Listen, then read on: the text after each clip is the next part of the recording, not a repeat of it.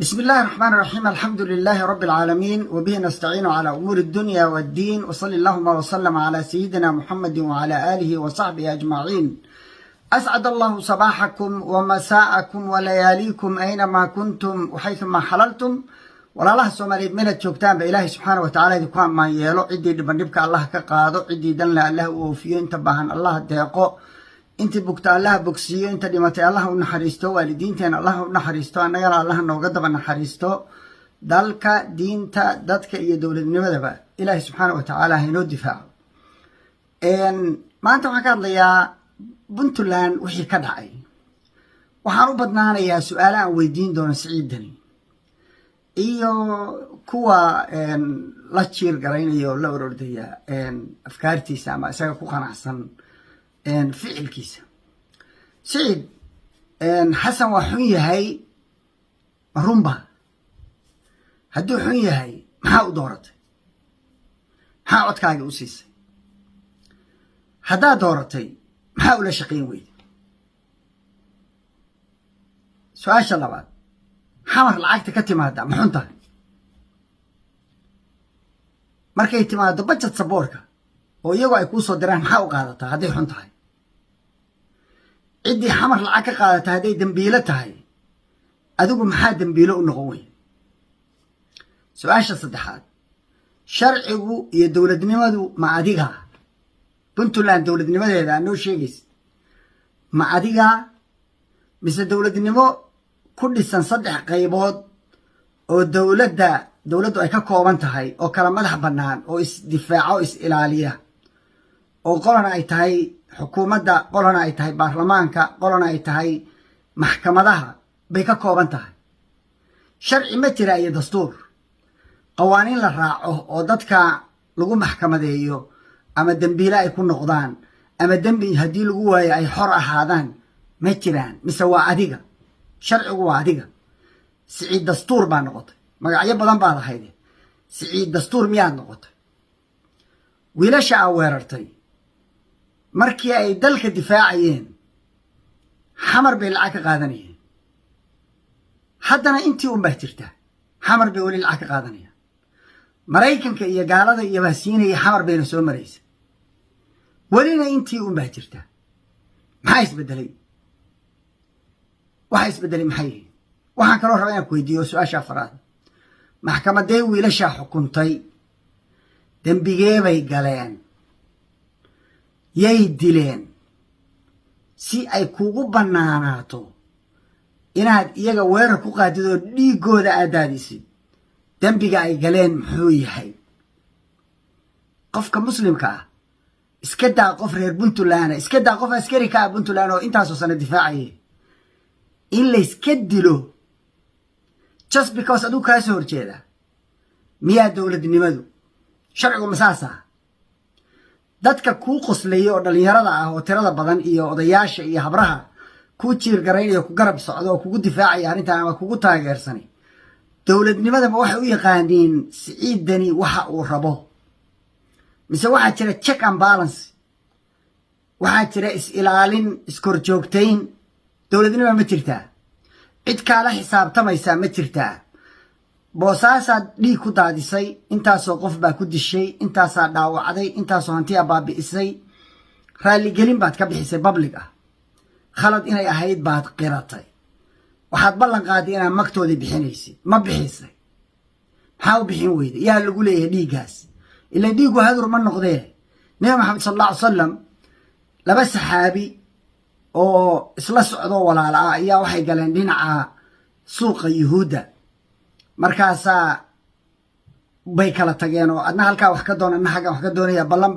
kii kale markuu soo noqday wuxuu u yimi kii walaalkiis ahaa oo dhiiggiisii ku galgalanayo naftu ay kasii dhacayso. yaa ku dilay? ma uusan sheegin, waa la dilay. suuqa predominantly waxaa joogay uun dad yuhuud ah, reer bani qurayda iyo meelahoodii wey. nabigu sal alla ly salam wuxuu yidhi ma aragtay cid dishay? maya. cid qiraala ma lahaya? maya.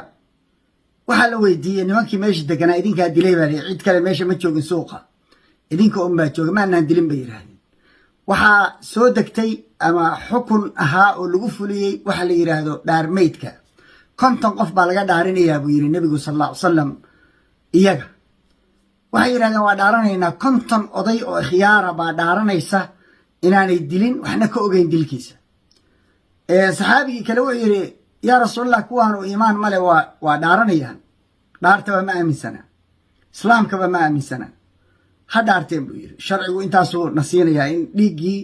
meel la saaro dhaartii markii laga dhaariyey oo ay ka dhaarteen inaysan iyagu dilin nebiga sal alla ly salam ayaa isagu bixiyey magtii ninkaa magtoodii wiilashaan aad shalay laysay yaa lagu leeyahay maxay dembiyo galeen oo lagu dilay si dhiigoodu hadur u noqdo yay weerareen xamar bay ka tirsan yihiin adigu inaad hadda dadka israa'iil bay ka tirsan yihiin tiraahdaad rabtaa kuwa israa'iiliyiinta waa kuwa garowa ku niikinaya bakaylayaal iyo biikeeye iyo waa kuwa dhaansiga saddexda habeenimo garowa ku niikinaya oo soo qorayo le garowaan ku niikinaynaa saddexdii waa shidan tahay kalaam adigu marka sharcigii adigu noqdo kugu soo aruuray soo maaha kuwa kugu difaacaya waxaan leeyahay magacyadiina qorta intiina hadda ku faraxsan wiilasha la laayay iyo dadka maaragtay gardarrada lagu weeraray qorta magacyadiina liiska qora waxaad samayseen waxaa la diriirteen dowladnimadii madaxweynuhu wuxuu rabo waa in uu u maraa sharciga haddii sharcigu u ogolaado waa sharci madaxweynaha waa lagu taageerayaa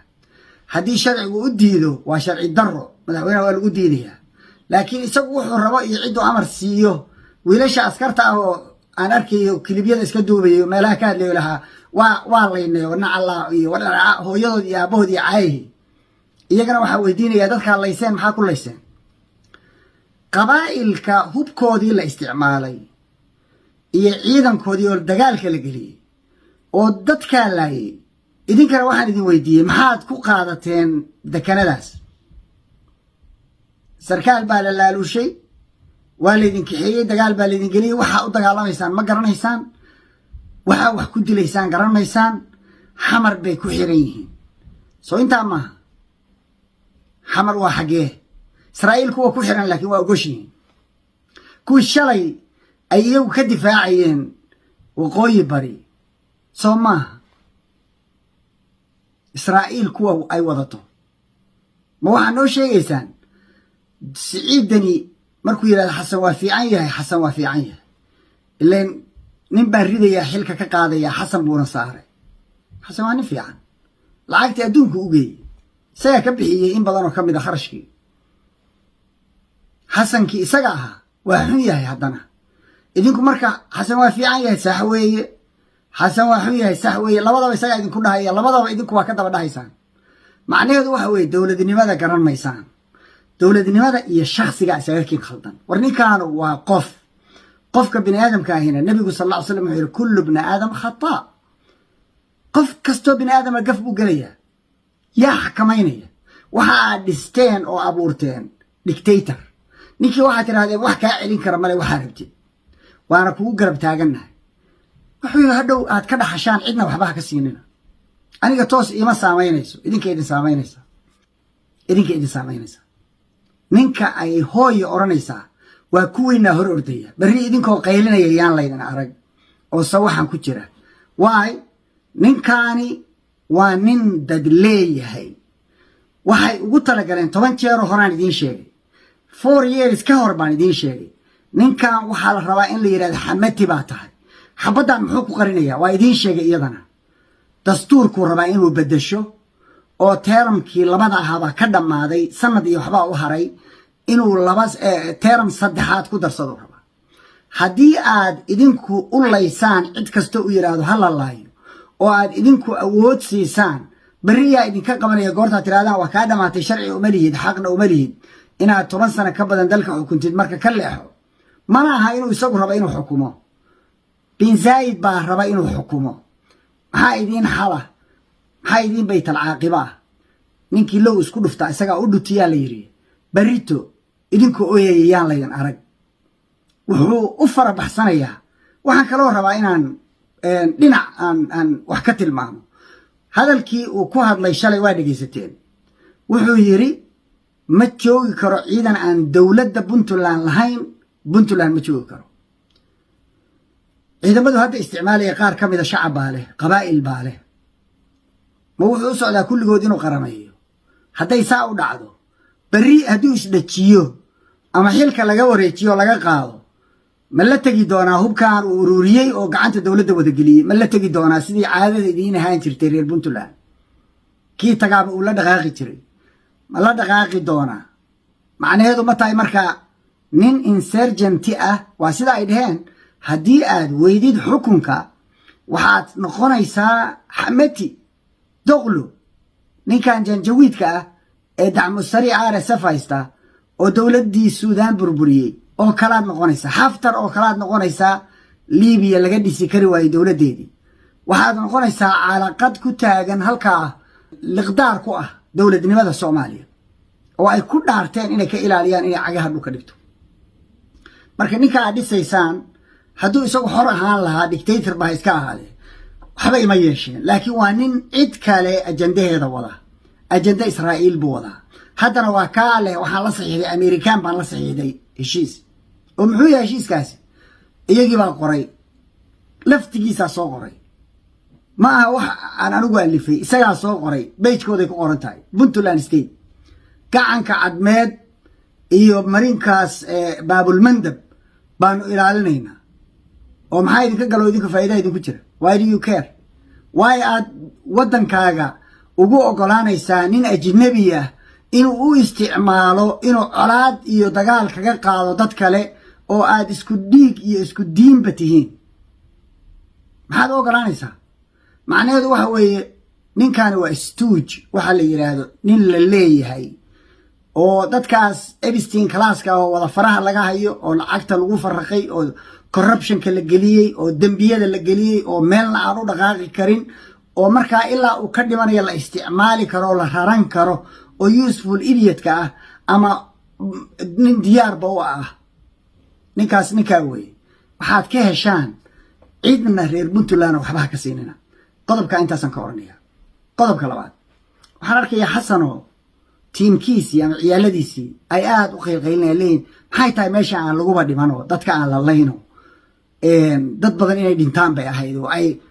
xasan horta hadduu ku talagalay inuu dadka laayo sidii aan marar badan ku celceliyey waana dadkaas hadda baraha bulshada ku jira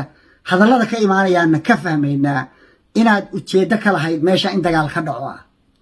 laakiin waxaa wax qurux badana inay wiilashu isdhiibeen oo ay dhiigoodii badbaadiyeen intii dhimatay maha intii kale ay isbadbaadiyeen baa wax qurux badana dhanka kale hubka maxaa loo bililqaysanayay dowlad baa meeshii qabsatay baa la yidhi maxay tahay hubka la bililqaysanayo soo lama lahayn dadka hub ma haysan karaan oo soo tan la sii hubaynayo oo gacanta loo sii gelinayo shacab su-aasha kale xasan baa nimankan keensaday Puntland buu ku burburinayaa soo ma hayn wixii dhammaayoo layna ka gaday xasan ma u soo gurmado soo kan halkaan dhow jooga ciidankiisu ciidanka federaalku soo kuwan galmudug jooga may u soo gurmadaan wixii laydin sheegay been bay ahay ujeed intaan ku celcelinayaan intaas war xasan ma soo duuli karo Puntland ma burburin karo waana beentiis wuu isku dayay Jubbaland maxaa yeelay Jubbaland wuxuu aaminsan inay jilicsan tahay laakiin Puntland iskuma dayi karo sidoo kale koonfur galbeed dowladana waa la shaqaynayeen waana wuxuu dareemay inay jilicsan yihiin waana kala iibsaday laakiin Puntland ma soo geli karo waana idiin sheegay 10 jeer beentaas waxaa lagu qarinayay waxaanoo dhanna loogu talagalay in dadka lagaga jeediyo teeramka saddexaad oo dastuurka la furanayo oo dani raba inuu idin dul joogo marka waxaad beerataad gurataa idinkaad diyaarsaday dictator sharciyadda waa isaga dastuurku waa isaga maxkamaduhu waa isaga baarlamaanku waa isaga madaxweynuhuna waa isaga hadda waxaa ka heshaan cidna waxbaa ka siinaya khayr badan baa idin rajaynaya billahi tawfiiq asalaamu calaykum waraxmatullaahi